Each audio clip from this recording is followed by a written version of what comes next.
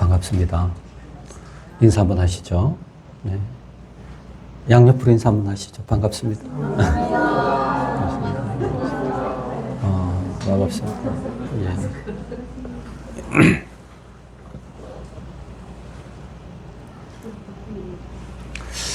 우리가 언어를 되게 조심해야 됩니다.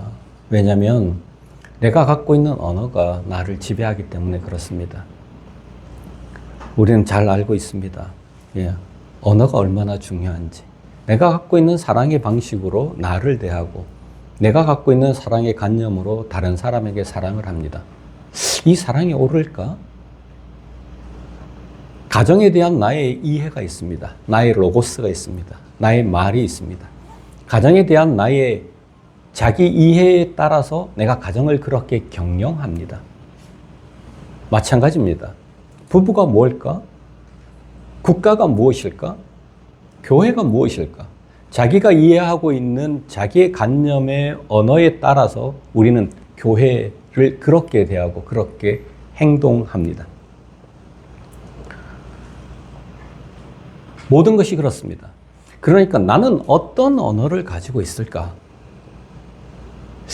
이 언어, 자기의 언어를 버리고 자기의 말, 자기의 로고스를 버리고 진리인 그 로고스를 받아들이는 걸 믿음이라 그럽니다.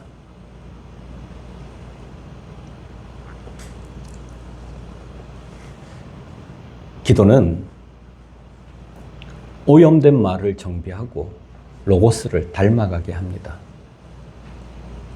무릎 꿇는 기도가 그렇습니다. 여러분이 기도하지 않으면 주님, 우리 가정을 사랑하게 해주십시오. 이렇게 요청하고 사랑을 하려고 열심히 노력하지만 그 사랑은 영원한 사랑일까? 그 사랑은 옳은 것일까를 점검할 수가 없습니다. 그래서 내가 어떤 말을 가지고 있는가? 말을 교정하고 말을 순화시키고 말이 진리이신 하나님의 말인 예수 그리스도를 닮아가게 하기 위해서 기도는 대단히 소중합니다. 뿐만 아닙니다. 기도가 없으면 기적을 꿈꿀 수가 없습니다. 우리말로 하면 이 합리주의 세상을 넘어설 수가 없습니다. 기도는 말이 안 되는 걸 막 이루어가는 능력이 있습니다. 제국을 탈출할 수 있어. 새로운 가나안 복지를 꿈꿀 수 있어. 기도는 막 그런 기적을 일으킵니다. 뿐만 아닙니다. 기도는 내면의 기적을 일으킵니다. 하나님 나라를 자기의 욕구로 삼을 수가 있어. 욕망이 변하는 거죠. 욕구가 변하는 겁니다. 가난을 자기의 욕구로 받아들일 수가 있어. 십자가라는 언어를 영광으로 번역할 수가 있어. 십자가를 다 이루었다 이렇게 얘기할 수 있어. 그런 기적이 일어날 수 있겠습니까? 공정 선생님께서 이렇게 얘기했습니다. 70 정도 되면 종심이다. 종심, 소욕, 불유구 이렇게 부릅니다. 자기의 욕심대로 살았는데 하늘의 뜻에 어긋나지를 않아. 하나님의 욕구와 내 욕구가 같아졌어. 으아, 얼마나 기적입니까? 나는 내 욕구가 있고 내 욕구를 막 죽이고 하나님의 욕구를 따라야 되는 게 아니라 어느 날 70이 되었더니 내가 내 맘대로 내 소욕을 맘대로 발휘했는데도 불구하고 하늘의 법에 어긋나지를 않는다는 거예요. 하나님의 욕구와 내 욕구가 같아졌어. 이런 세계, 이런 기적이 일어나는 겁니다. 무릎 꿇고 기도하는 게 그렇습니다. 무릎 꿇고 기도하면 무릎 꿇고 기도하는 거룩한 시간에 하나님을 초대합니다. 하나님을 우리 앞에 세웁니다. 기도는 하나님을 우리 앞에 세워야 합니다. 우리 속에 둬야 합니다. 그리고 그분과 얘기를 하는 겁니다. 하나님이 우리 앞에 있다는 걸 종교개혁자들의 얘기로 하면 호람데오입니다. 데오스가 우리 앞에 있다 이런 겁니다. 하나님이 우리 앞에 있다. 이거는 신앙의 절정입니다. 기도하는 시간에 거룩한 시간과 공간에 하나님이 우리 앞에 안 계시면 다시 말하면 이 예배 공간, 이건 거룩한 시간과 공간입니다. 이 거룩한 시간과 공간에 하나님의 마음이 없다면, 이 거룩한 시간과 공간에 이곳에 하나님이 계시지 않는다면, 하나님 앞에서 예배하지 못한다면 여러분 세상에 나가서는 절대로 하나님 앞에 살 수 없습니다. 의식적 공간에서도 하나님을 의식하지 못하는데 무의식적 공간에서 여러분이 하나님을 의식하면서 살겠다. 무릎 꿇고 기도하지 않는 자들이 어떻게 얘기하냐면 아이고 기도는 삶으로 하는 거죠. 그럴 수 없습니다. 거룩한 시간과 공간, 그걸 분리된 공간, 거룩은 기본적으로 분리된 것입니다. 나는 내가 알아서 할게요.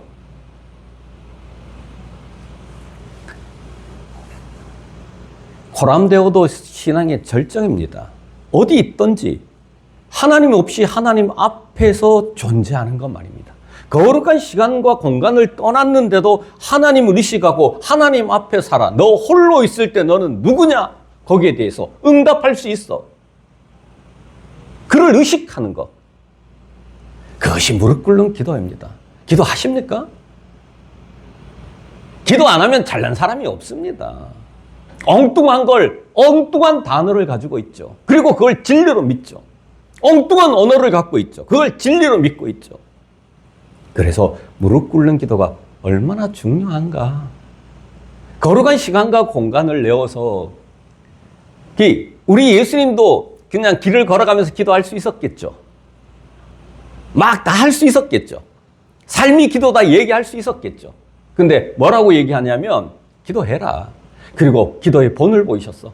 새벽마다 습관을 따라 기도하셨대. 예수님이 왜 기도했을까?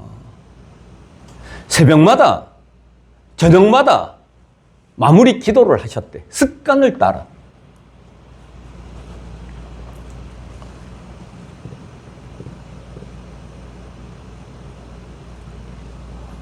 기도의 장점을 얘기하면 하루 종일 해도 못하겠죠. 범사에 유익한 거, 뭐 이렇게 얘기하는 거니까요. 너희가 운동하는 건 여러분 운동 시간 다 갖고 있죠. 건강에 유익하지. 그러나 영적 훈련은 범사에 유익하다. 범사에 유익하다. 그래서 무엇이 중요한가를 생각하고 우리 하나님 나라를 위해서, 교회를 위해서 말고 자기를 위해서 먼저 기도하는 시간을 선후, 먼저 해야 될 것과 나중 해야 될 일 구분해서 기도하는 시간을 분리하시길 바랍니다. 우리가 황제의 대천덕 신부를 예전에 제가 대학부를 할 때 만나러 간 적이 있습니다. 황지도 가고 강주 망월동에도 가고 권정생 전국의 선생님을 이래 찾아 돌아다니면서 사랑의 선교회 뭐 이런 데도 가고 했습니다. 황제의 권정생 선생이 얘기한 게 뭐냐면 신부님이 얘기한 게 뭐냐면 기도가 어디라고요? 예? 뭐라고요? 대천덕 신부. 예, 황제의 대천덕 신부. 제가 뭐라 그랬어요? 그래요? 황제의 대천덕 신부가 뭐라고 했냐면 기도는 노동이고 노동은 기도다. 여러분 요 얘기 알아들으십니까? 기도는 힘드니까 노동이다. 이렇게 여기십니까? 아닙니다. 기도는 노동을 기도되게 합니다. 기도야말로 우리의 노동이 기도가 되게 합니다. 그 노동이야말로 하나님 앞에 드리는 기도입니다. 이 둘의 상관입니다. 이거는 대천덕 신부가 가지고 있는 대단히 소중한 언어 중에 하나입니다. 여러분 이걸 이해하십니까? 기도는 노동을 기도되게 해요. 그리고 노동을 의미 있게 만들어. 노동을 하나님이 노동이 되게 해. 기도하지 않으면 하나님의 노동이 될 수 없어. 하나님의 말씀과 내 삶의 노동, 내 삶을 연결하는 것이 기도기 때문에 그렇습니다. 기도하지 않으면 이 의미가 발생하지 않아. 그냥 먹고 살라고 하는 거지. 하나님과 단절된 노동이 되지. 그래서 기도하는 것. 기도는 노동이 되어야 한다. 무릎 꿇는 기도는 기도가 노동이 되게 하는 것입니다. 무릎 꿇는 기도는 노동을 기도로 만드는 힘입니다. 기도해야 내 노동이 의미를 가집니다. 거룩한 시간과 공간이 있어야 전적인, 일반적인 시간이 거룩한 카도시의 시간이 됩니다. 일반적인 시간이 호람데오의 시간이 됩니다. 하나님 앞에서 노동하는 시간이 됩니다.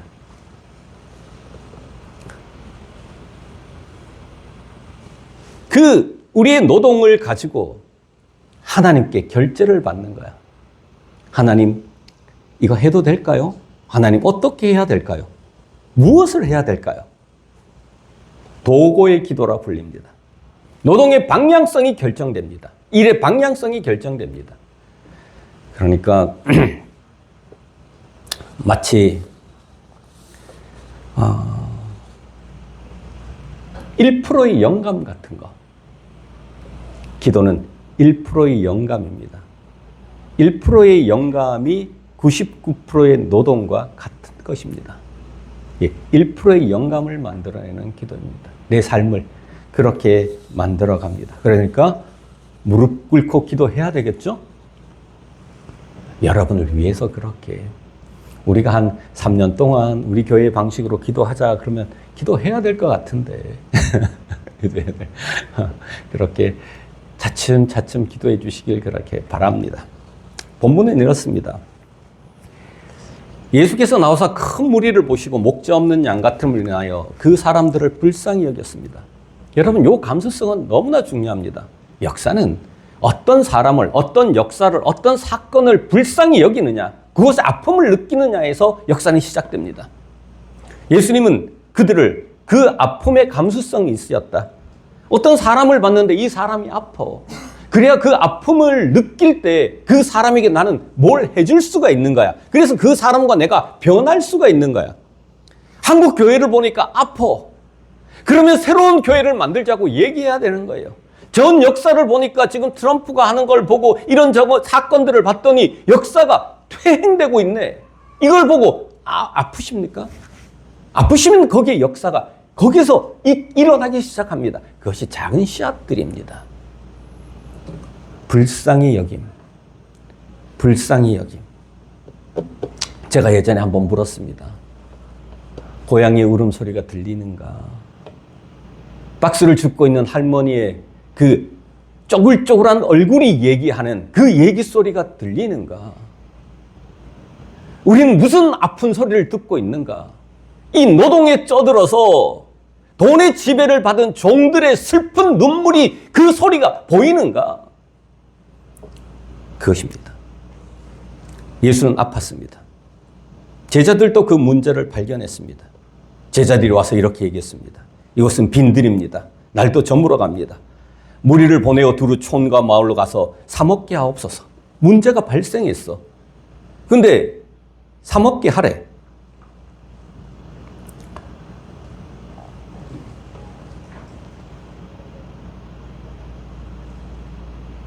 문제를 자기가 해결할 수 있는 능력은 없습니다. 근데 주께서 이렇게 얘기하십니다.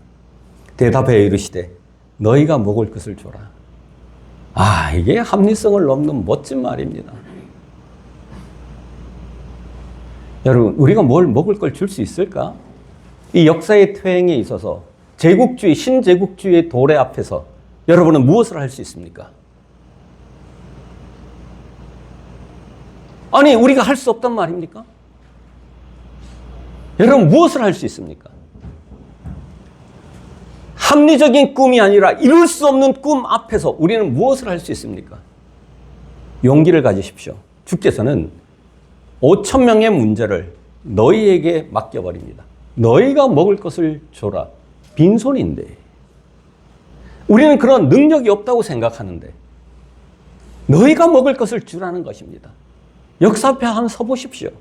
우리 국가라는 이 이기적인 집단 앞에 한번 서보십시오. 정부라는, 아니면 지역이라는, 사람들의 삶이라는, 자본이라는 환경의 문제 앞에 우리는 서 있습니다. 그 아픔 앞에 우리가 서 있는데 이 아픔을 누가 해결해야 될까요? 하나님의 말씀, 천지를 지으신 그 말씀을 가진 우리에게 맡기는 겁니다. 너희가 먹을 것을 주라입니다. 마치 정부가 힘이 있고 기업이 힘이 있는 것 같지만 아닙니다. 아닙니다. 그들이 그렇게 열심히 해서 반역사를 만들어냈습니다. 순 역사를 만든 게 없다는 얘기가 아닙니다. 지금 전체 세계의 흐름을 봐보십시오. 반역사적 제국주의로 흐르고 있습니다. 앞으로 당분간 그렇게 갈 것 같습니다. 야만의 시대입니다. 힘이 지배하는 시대입니다. 힘이 지배하는 시대에 힘이 아니다. 힘이 있는 자는 섬겨야 한다. 이걸 아는 사람이 누굽니까? 이 로고스를, 이 말을 가지고 있는 사람이 누굽니까? 우리입니다. 우리가 하는 겁니다. 너희가 먹을 것을 주라. 너희가 해야 한다. 너희들이 힘이 약한 것 같지만 너희들이 이성을 통해서는 도대체 일어날 수 없지만 내가 성령이 너희에게 임하시면 너희가 권능을 받는다. 땅끝을 변화시킬 수 있는 힘이 너희에게 있다. 사람들은 합리성을 넘어서지 못합니다. 200데나리온 정도 들 건데 그 떡을 사다 먹여야 합니까? 합리성입니다. 합리성은 정말 아름다운 것입니다. 그 천박한 신비주의를 극복할 수 있는 힘이 데카르트에 의해 합리성으로 만들어졌습니다. 얼마나 아름다운 겁니까? 근데 합리성으로 살아보니까 아니 종교가 하나님이 합리 안에 갇힐 수가 있나? 우리의 꿈이 합리 안에 갇힐 수가 있나? 만약에 합리 안에서 꿈을 꿨다면 우리가 할 수 있는 일만 했다면 우리가 그런 거 뭐 이룰 수 없는 꿈을 꾸지 않았다면 역사는 발전하는가? 우리는 달나라에 갈 수 있었겠는가? 우리는 우주 바깥의 세계를 볼 수 있었겠는가? 우리의 눈을 믿었다면. 똑같이 얘기합니다. 한 아이가 있어 보리떡 5개와 물고기 2마리를 가지고 있나이다. 그러나 이것이 많은 사람들에게 얼마나 되겠습니까? 이 많은 사람들에게 얼마나 되겠습니까? 책임 회피이고 자기의 존재에 대한 합리적 인식입니다. 아, 우리는 요거지. 뭐 이렇게 얘기를 하는 겁니다. 우리가 하나님의 아들들인데, 우리가 하나님의 말을 가졌는데 그 신비에 접근할 수 있는 눈이 없기 때문입니다. 그래서 사다 먹이리까? 이렇게 얘기합니다. 주님께서는 묻습니다. 네가 가진 게 뭐냐? 보리떡 5개와 물고기 2마리입니다. 족합니다. 여러분이 가진 게 뭡니까? 족합니다. 그것이 예수께서 쓰실 수 있는 예수의 손으로 옮겨간다면 여러분이 가진 게 뭡니까?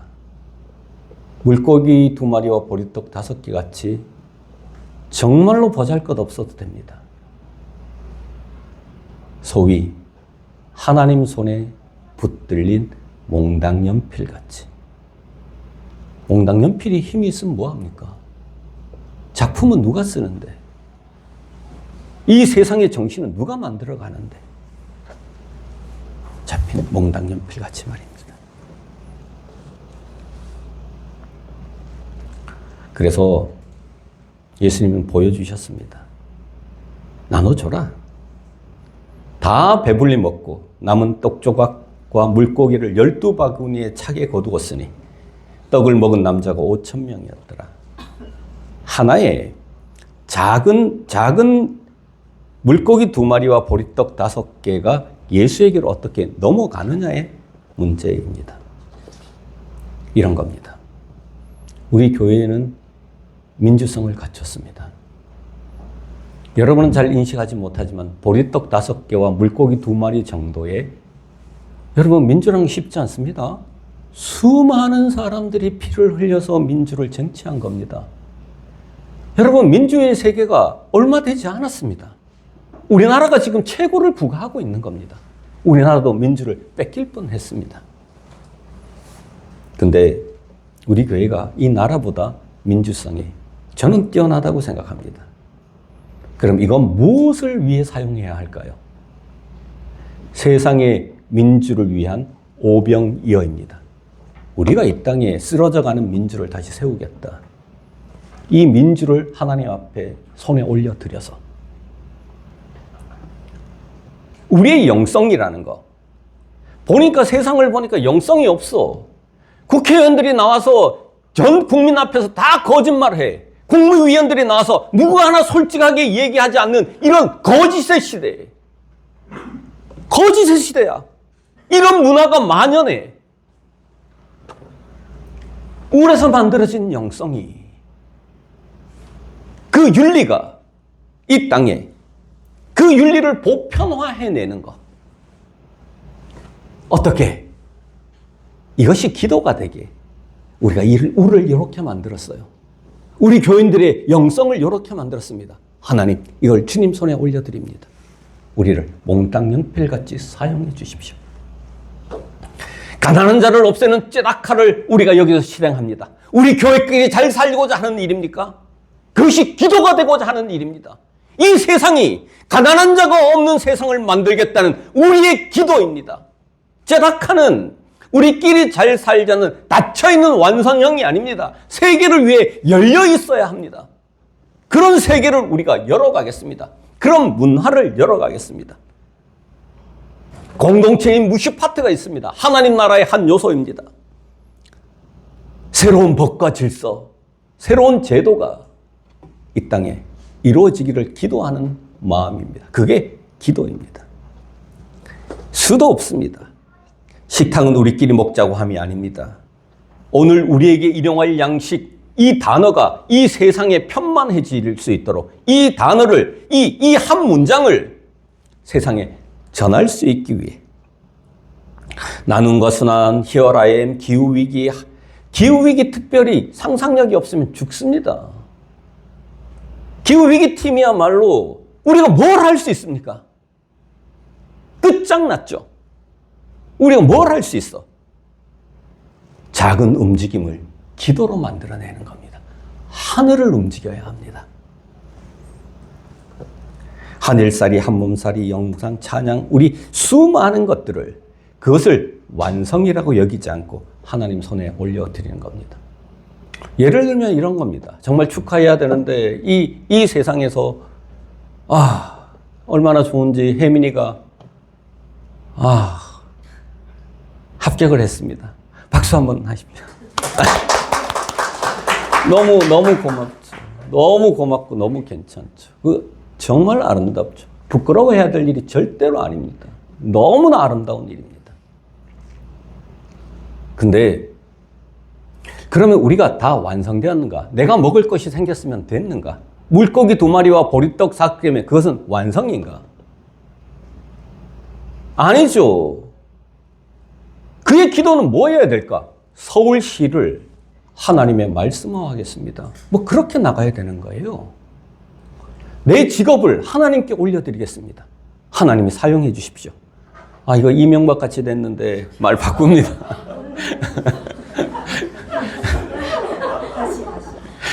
하여튼 여러분 알아서 잘 들어주시기 바랍니다. 아니 그래야 되는 거죠. 그래야 되는 거죠. 주님, 이걸 사용해 주십시오. 이래야죠. 내가 직업 얻고 나한테 물고기 2마리와 보리떡 5개가 있으니까 나는 먹으면 됐지. 그러면 하나는 하나로 끝납니다. 하나를 5천으로 쓰겠습니까? 하나를 하나로 쓰겠습니까? 여러분의 삶의 모든 것이 그렇게 기도가 되어야 합니다.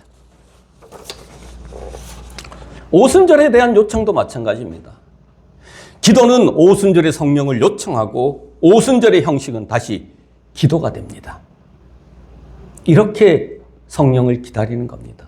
성령이여 오십시오. 맞습니다.